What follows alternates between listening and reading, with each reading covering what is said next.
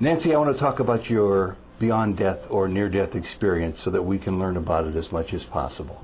I prefer that you just give us a synopsis from a chronological viewpoint of what the events were that led up to, and then the events of your beyond death or near-death experience. The one event that led up to it was I was at the James Cancer Hospital for an excisional biopsy of my right breast, and because I didn't have a lump that could be felt, I had calcium deposits. The only way the surgeon would know where to cut was by use of a mammogram, which would show the calcium deposits on film. So there's a procedure called a needle localization procedure that a radiologist performs, where the radiologist sticks a needle in to the area that the surgeon's supposed to cut around, and then pulls the needle out and leaves a wire in place. So that's the marker. It was in the course of, I think we went through that whole process twice. The second time, after the radiologist and the technician left to get the 8th set of mammogram films developed, right after they left, I did too. I was just sitting there in a chair, and I knew I was going to pass out or faint or something. And I tried to yell for somebody. Once I realized I couldn't do it, I just went with it. I went into the light, as all near-death experiencers do. I spent a lot of time in the light just having knowledge deposited into my mind. I call them knowings. I briefly saw my physical body back in the mammography room below me. I knew at that point that I was dead. It had not occurred to me before then. I spent a little bit of time manifesting physical reality and understanding that we do in fact manifest what humans experience as physical reality. I then met 5 beings of light who were my dearest friends, and I recognized them. And they said to me that they ran ahead of the rest of us to welcome me home. And I understood at the point that they said the rest of us, that they meant the source, because all of us are one being within source. I also understood at that point that that's where I had been prior to this incarnation into this body. I had completed all my incarnations into physical form. I had evolved my way back to the source. I had dissolved into the source, and I no longer existed as a separate personality. But for some reason, when the source was asking for volunteers, for people to come here to help with this transition to the next epoch, I said, "Pick me," and here I am. Those 5 bodies of light, were those people you knew in this life? No, they were my, I guess people would call them a soul group. They were the entities who were thought of at the same time I was, and I had spent my eternal life with them. It sounds like they comforted and reassured you. Did they advise you? No. In fact, they didn't comfort or reassure me. What they wanted is they wanted the scoop. They wanted the story of my life. They wanted to see and live and experience what I had just experienced as Nanci, because they had not been in a physical body for ages and ages. So you were on the incoming bus, and they wanted to take that bus and turn it around and go back out. It was a new movie on an island where there had only been one movie for ages and ages. They experienced my life, and while they were doing that, and it was during a life review, but it wasn't the kind of life review that other near-death experiencers get, because it wasn't for my benefit, it was for theirs. While they were doing that, I fused back into the rest of my energy. I got back all my eternal memories, all the hundreds and thousands of physical lives I had lived as all different kinds of beings. And I got the more complete access to universal knowledge. I'd been getting, downloads of what I call knowings all along. All along when? During my near-death experience. During this as soon as I got into the time. light. Okay. Yeah, as soon as I got into the light, I started getting the knowings. Time made no difference. It could have been 20 minutes, but it could have been 20 years. It didn't make any difference that way? My understanding is that I lived. I mean, I completely died. I was gone from this life, and I was living in what we call the afterlife and progressing through levels of evolution very quickly, because I'd done it all before. Very quickly, just so I could get my vibration level up high enough that I could merge back into the source. Mm-hmm.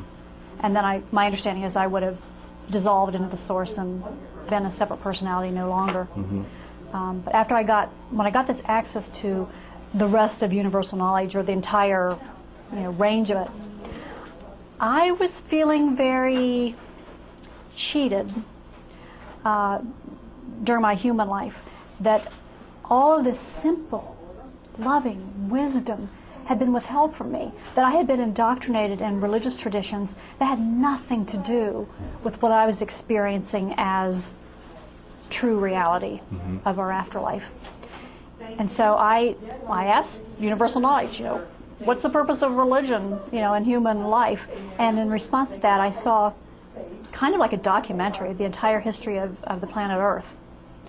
After seeing that, I was becoming more and more distraught with the level of information that is routinely available to people while they're in human bodies, and how unfair it was that they didn't know the simple truth as I saw it during my near-death experience. So as I was still on the train, progressing back to the source, after seeing the documentary, the next level of evolution after what we call heaven is you continue to live but without any kind of beingness to you. It's just an entirely mental existence. So I merged into my 5 light being friends. That's how you get experiences at that level. You don't physically have them yourself. You just borrow by virtual reality somebody else's. And I lived their multitudes of lives and experienced their emotions and their thoughts and everything as them. Then the 6 of us formed a cohesive being of 6, and I experienced oneness out of 6.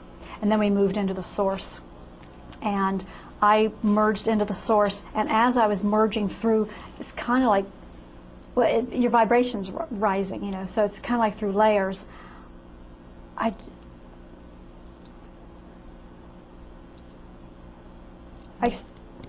experienced the source. And I was still thinking, gee, I could have done a better job at this life, and I really wish that people back on Earth knew what I'm now aware of. And I got this intense feeling from the source that even though it was my time to leave this life, and even though I was supposed to dissolve back into the source, that it loved me enough to allow me to make the choice to come back here. And zoom, I was sent back to my body, kicking and screaming the whole way.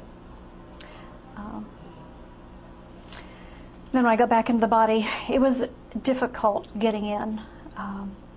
Eventually I was able to say to the doctor, I passed out. And then they started taking care of me and watched me like a hawk after that.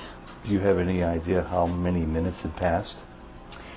No, all I know is that they left to get films developed, and we had been at it, poking my breast with a needle for more than an hour, like close to an hour and a half. So I'm guessing they might have taken a break. So they were gone minutes, but how many, I have no idea. And you do remember distinctly being given this choice then? Oh, yes. And as soon as you made that commitment in your mind, bingo, it happened. Yes. Do you regret having made that choice? Some days.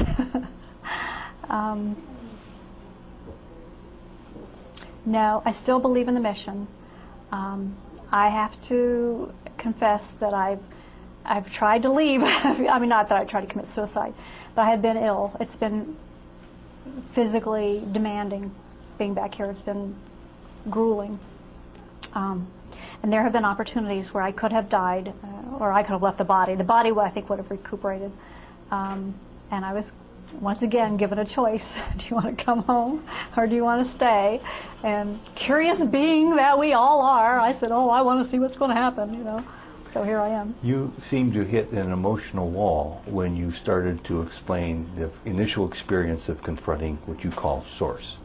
And I felt your hesitation. I saw your tears. Can you put more words to it in an effort to explain at a deeper level what that was like? Oh, gosh. There are no human words for it. It was the most profound, touching, humbling, exalting, loving, experience, it's equal parts awe and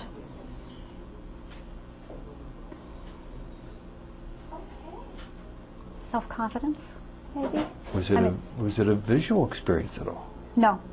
No, Is no it something visual you at all. heard? No. Was it what we'd call a heartfelt experience? No. A feeling of love? Yes, that.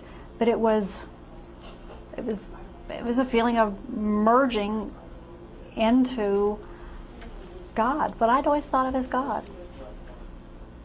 And yet you volunteered to return away from that. You know, Ted, it wasn't like I said, well, I want to go back. It was more, see, your life is directed by focus when you're in the afterlife. Whatever you turn your attention and intention to, you experience. And I had turned my attention to people on earth and how unfair I felt it was for the truth to be withheld from them. And at some point along the way, I must have formed the intention to come back here, but it wasn't a conscious decision. Well, you're very verbal, you're very bright, you're a lawyer, you're a writer. So this information that's you mentioned being held from us is something that you can help bridge the gap with. And you can bring people this information that they don't otherwise have access to. And you describe it in your book, and other times I've talked to you, as information that's been, to use the word downloaded, given you. Did that downloading occur in that period you were in this state, or since you returned from that state?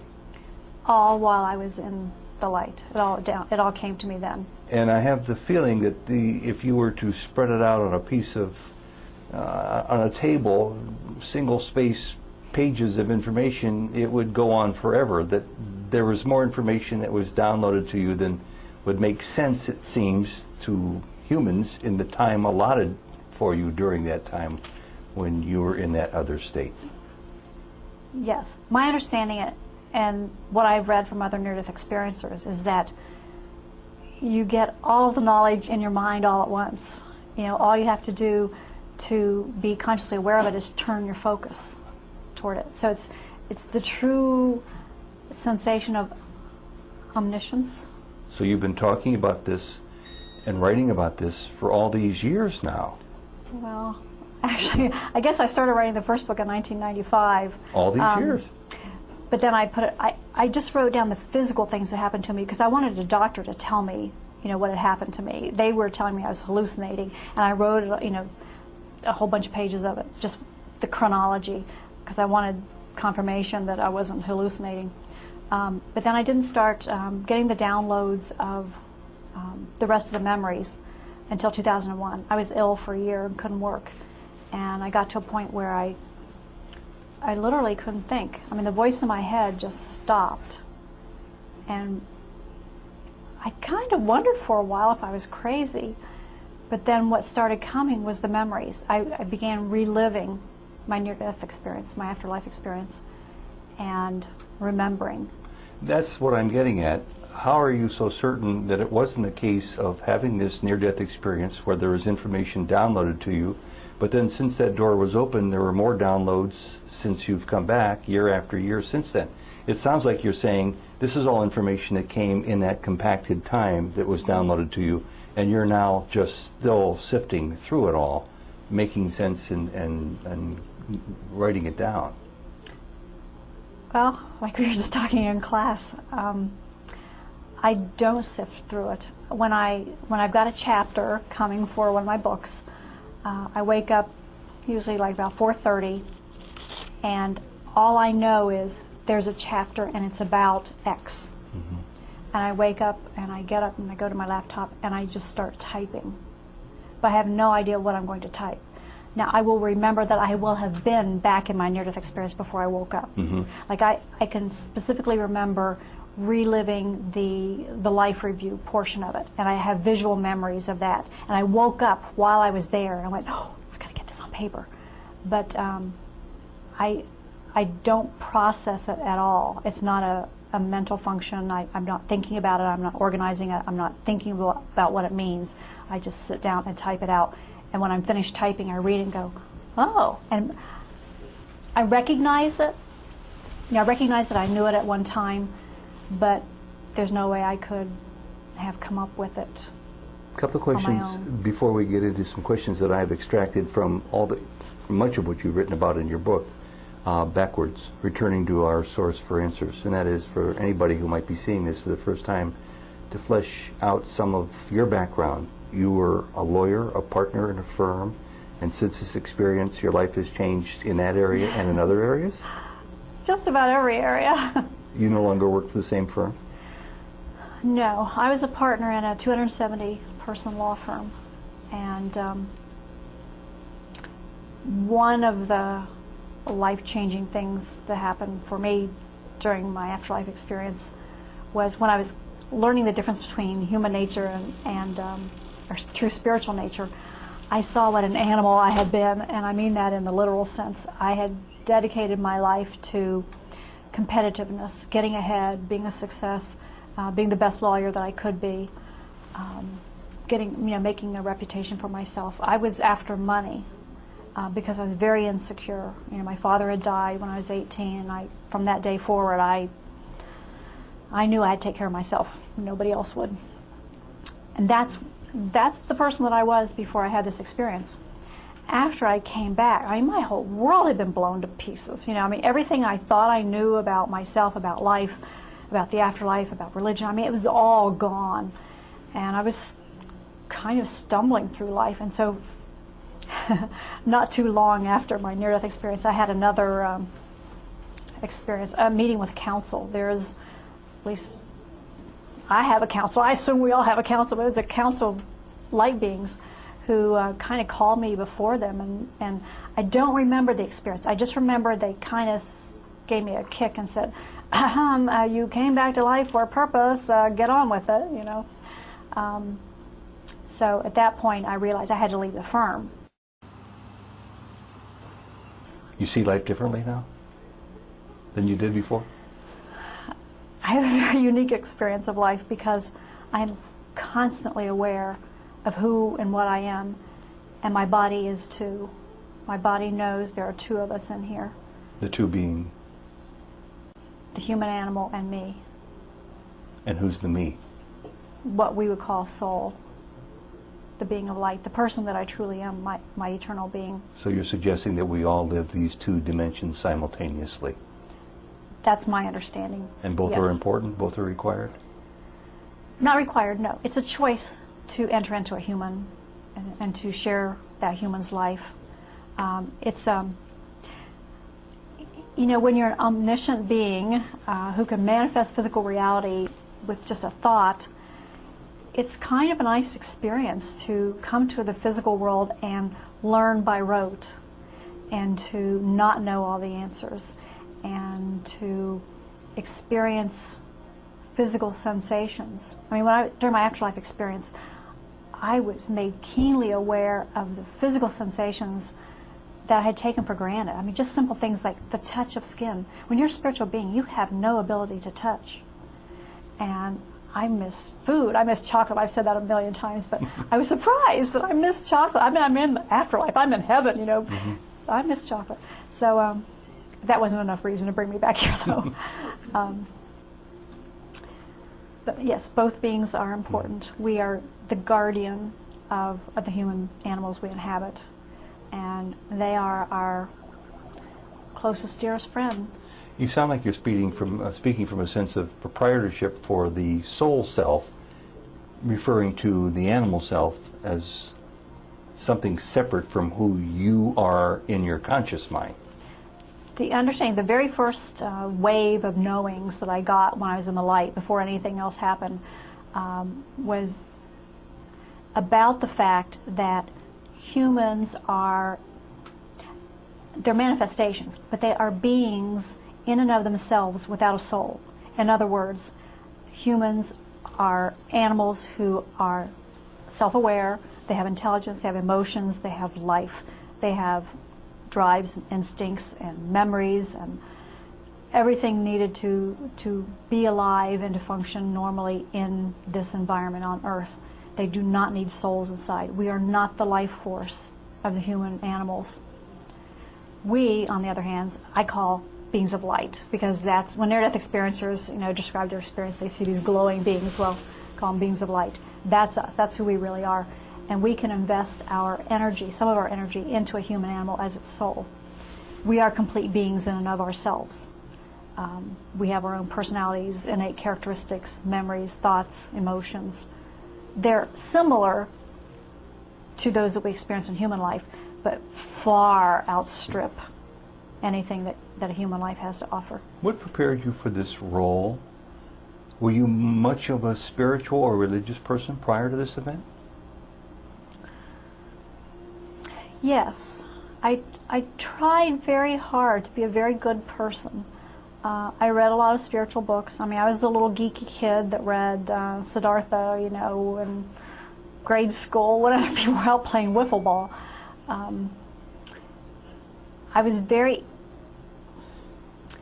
would have to say I was ill-equipped for this human life.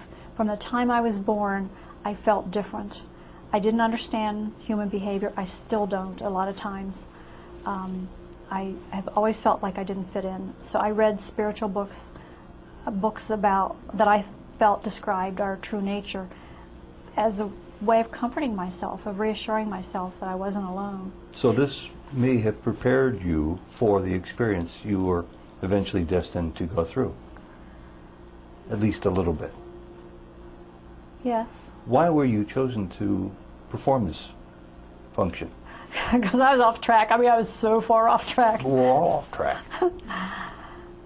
How do you know? Well, I'm just guessing there's a lot of wayward people among us. Well, I can't speak for the other wayward people. All I know is that based on the information I was given during my experience, I volunteered to come here this life to be a messenger. I knew I'd been a catalyst. I mean, all my life I'd always felt like I was a catalyst in people's lives, saying or doing something that changed their life. A lot of times it was really not a good thing that I did, but anyway, it was what they needed at the time. But and I'm not the only one. There are maybe millions of us. There are lots of us here who came at this particular point in Earth's history to ease all of us into the next phase of human existence, the next phase of Earth. Know anybody else alive today who's experienced what you have to the degree you have? I don't know anyone, but I read an account by Mellon Thomas Benedict that sounded to me like he had been through, he'd been to the source. I have no doubt whatsoever that he merged into the source. That's the only NDE account that I've ever read where I felt that the person had the same experience I did. Silly question, but I'm sure there were professionals out there in the mental health field and physical health field who questioned whether or not this was a figment of your imagination, a dream, a hallucination, or something even more profound than that. Yeah, my doctors did. And how have you reconciled those questions? I don't care what they think. One of the commonalities among the near-death experience accounts that I have read of those who have gotten far enough into the experience is that the sense of reality there far, far outweighs the sense of reality we have here. Mm-hmm. I mean, looking back at human life from that vantage point, I could not believe that I ever thought this was real. Mm-hmm. And so the same sense of unreality that we get about dreams while we're here in human form, I had while I was there about human life. So there was no doubt in my mind that it was real and that that's true reality. This is a virtual reality game, a role, a play. A dream, an illusion? A dream, an illusion, a character that I'm playing. What is the purpose of the rest of your life in this act, then? Well, my contract with the council is that I'm supposed to be giving people the information that I got while I was there to the best of my ability. And are you? I'm trying. I do have 2 books so far. The second one will come out October 1st. I'm trying to do some speaking. It's difficult for me physically. Well, I'm trying. I've loved sifting through your book, your first book, backwards, and I've prepared some 20 questions from it, if it's okay, and we'll just proceed if that's all right. You say you were 2 separate beings, flesh and light and energy. Is it possible to pierce the veil that separates our light being from our flesh being? Can we be aware of both simultaneously? I don't know if everybody can, but I am. And I think that's partly because my body caught me trying to leave on several occasions and was aware that I could leave and it would be alone here on this physical earth without me. So once you became aware of that My human duality, became aware of that. yeah, you've simply retained that awareness. Yes. You don't question it, it's real. It's real. In talking about Source, or God, you say Source by nature has unlimited curiosity. That really intrigues me. How could this be possible since Source is omniscient? What would be the point of curiosity? The curiosity is part of the creative nature, I think. I think the reason why some people engage in their art is they're curious about what's going to come, how it's going to turn out, where's their creativity going to flow. So that's part of the creativity of Source. The other part of it is, or the curiosity of Source, the other part of it is Source knows everything in an intellectual fashion. What it seeks is experiential knowledge. Knowing what something is and how it feels are 2 different things. Mm-hmm. So that is the germ of its sense of curiosity then? Yes. And we satisfy that curiosity by getting those sensations for Source. I was raised Catholic to believe my faith was the one true religion, and you say there is no one true religion. What should we take from this as people struggle to understand where they are vis-a-vis with their own faith or spiritual tradition that they're raised in? Should they abandon them? Should they just look more broadly for all the good that comes from other faiths, or is there something else they should do? Well, I was raised Catholic too, and I was a good little Catholic girl. I had the little altar in my room and everything, you know.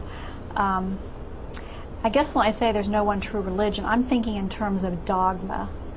That the religions out there, there's not one that, as far as I know, hits all the high points of the truth as I understand it. Should a person abandon their religion?